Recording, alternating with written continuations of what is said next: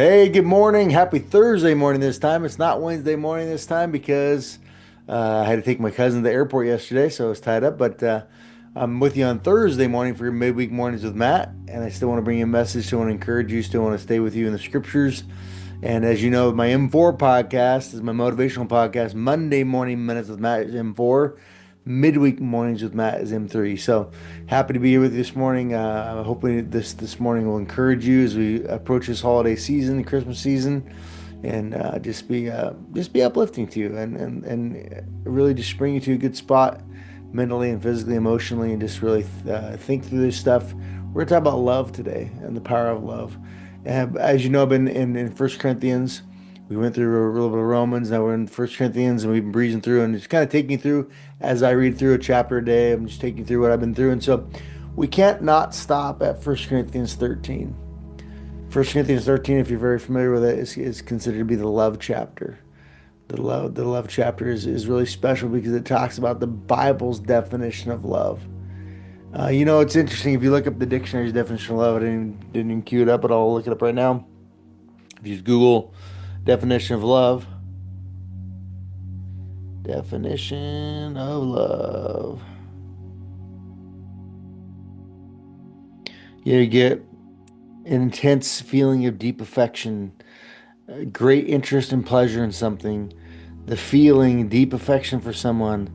You like or enjoy it very much, and all those kind of things. That's all great definitions. The feeling's good, and the emotions are good, and the juicy ooey gooey is good. That's great. But that's not what true love actually is. Love is more sacrificial than that. Love is more powerful than that. Love runs much deeper than that. It's not just some ooey gooey feeling, it's a commitment. And the Bible defines love totally different. So we're going to look at 1 Corinthians 13. I'm going to go ahead and share my screen with you guys. Pop it up here. Boom.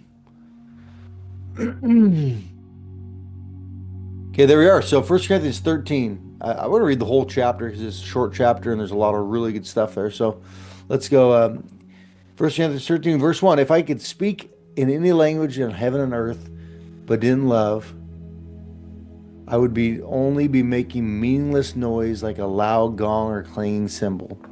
If I had the gift of prophecy, and if I knew all the mysteries of the future and knew everything about everything, but I didn't love others, what good would I be?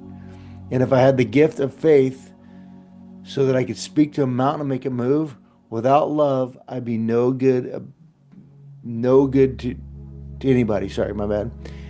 If I gave everything I had to the poor and even sacrificed my body, I could boast about it. But if I didn't love others, I would be of no value whatsoever. Now, here's where it goes. The Bible definition of love starts in verse 4. It says, love is patient and kind. Love is not jealous or boastful or proud or rude. Love does not demand its own way. Love is not irritable. It keeps no record of when it's being wronged. It's never glad about injustice, but rejoices when the truth wins. I'm going to go ahead and go to the next slide here. Share the next one with you. When the truth wins out. Love never gives up, never loses faith, is always hopeful, and endures through every circumstance. Love will last forever, but prophecy and speaking in unknown languages and special knowledge will all disappear. Look at that. Now we know only a little, and even the gift of prophecy reveals a little.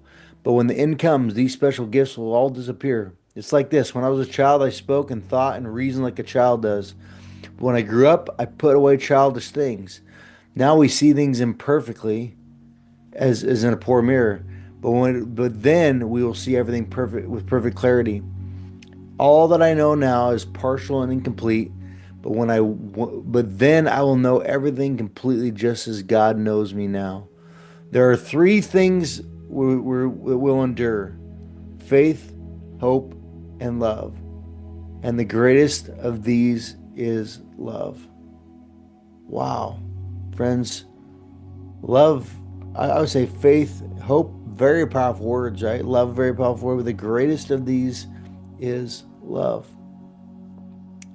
But remember, what does love mean, right? And notice how I'm going to go ahead and unshare my screen so you guys can see me again.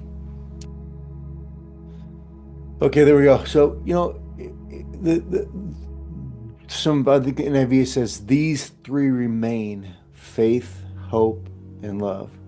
But the greatest of these is love.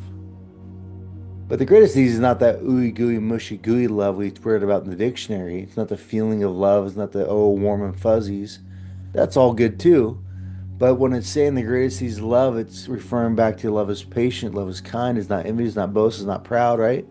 And the version I memorized many years ago was out of the NIV version, which I happen to like the translation there. But it's love is patient, love is kind, does not envy, does not boast, is not proud, is not self-seeking, is not easily angered. It keeps no record of wrongs.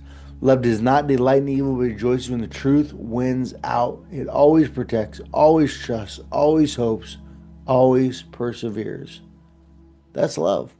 Protect, love, hope, trust, protect, trust, persevere, right? Be intentional with your love. Be real with your love. Don't just like say, I love my kiddos, sure love my kiddos. Okay. Are you patient with them? You kind with them? Do you teach them not to envy, not to boast, not to be proud, not let pride get in your way of fathering your kids or mothering your kids? Do you apply these things in your friendships? Do you apply it in your marriage, especially? Do you apply it in your life in general? Do you have a biblical definition of love or a dictionary definition of love? Love is something you do, not something you feel. Love is a verb, not a noun. Going to get a little drink here. The world definition of love is the one we want to feel the most of because it's just ooey gooey, warm and fuzzy feeling. It's so wonderful. But friends, love is a challenge. Love is hard. But love is deep and love is special. Love is amazing. Love is incredibly powerful. Love can change the world. Think about in our world right now if we exercise more patience and kindness and goodness and if love is patient and kind and loves not envy, is not boast, is not proud, is not self-seeking, is not easily angered, keeps no record of wrongs, doesn't rejoice in evil, rejoice when the truth wins out. Think about that. If we live more of that stuff in this world, man, the world would change. Night and day difference. But here's the deal. You cannot change the world. I've said this before. The world is way too big for you to change. But you can change your world. You can change the world you live in every single day. In the office, you can change it at the ladies group you go to every day, at the men's group you go to. You can change it at the workplace. Change it in the mill you work at, or change it in the house while you're building houses. You can change it while you're driving a truck. You can change it wherever you're at right now. You can change the world by loving better with patience, kindness, goodness, self-control, by keeping your not be jealous and proud and boastful. Love like that. Love like that. It's huge. And I think that love in a marriage sense needs to be even deeper than in a friendship or a relational sense. Love in a marriage sense, one of the things when I officiate a wedding, I always talk about love as a verb, not a noun, something you do, and talk about human love versus divine love. Many years ago, one of my friends and pastoral colleagues, Hugh Laybourne, he did a wedding one time and I was at, and I just love what he spoke about, and so I've used it ever since, talking about there's two kinds of love. There's human love and there's divine love. Human love is more like the dictionary definition of love. Human love says, I love you if. I love you if you're beautiful. I love you if you're nice to me. I love you if you do this. I love you if you do that. But if you fail me, I have a right not to love you anymore, because I only love you if you meet these parameters. Divine love is entirely different. Divine love, God's love, says, I love you not if, but I love you anyway. You're not worth it. You don't deserve God's love, but he loves you anyway. You fail him daily, but he loves you anyway. Maybe you've had a divorce in your past, because I have, but he loves you anyway. Maybe you've had an abortion in your past, but he loves you anyway. Maybe you've been a drug addict in your past, but he loves you anyway. He doesn't love you if you're perfect. He loves you anyway. I think that love needs to be applied in a marital relationship, that your wife or husband is going to fail you sometimes. They're going to let you down. They're going to disappoint you, but you don't love them if they don't disappoint you. You'll love them anyway. You chose a covenant relationship, a lifelong covenant. You love them anyway. You got to clear my throat out this morning. But you love them anyway because that's the way God loves us. So I want you to be encouraged by this morning, that if you're feeling unloved, you're feeling unworthy, you feel like you're not good enough for God, know that God does not love you if all your ducks are in a row. God loves you anyway. And then I want you to apply this in your marriage. Love is patient, it's kind, does not envy, does not boast, is not proud, is not self-seeking, is not easily angered, it keeps no record of wrongs, does not delight in evil, rejoices when the truth wins out, it always protects, always trusts, always hopes, always perseveres. And remember that you love that way, not if your husband or wife does everything right.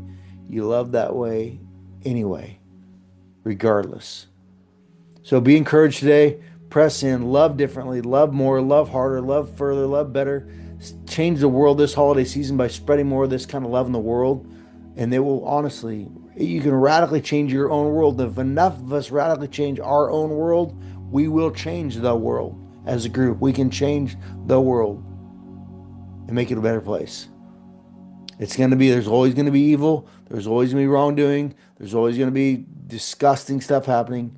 But if we inject more love into the mess, we're going to have a much better mix. God bless you. Have a good week. Love better and see if it changes the world. We'll talk soon. Thanks. M3 Podcast, your midweek mornings with Matt. We'll talk soon. Thank you.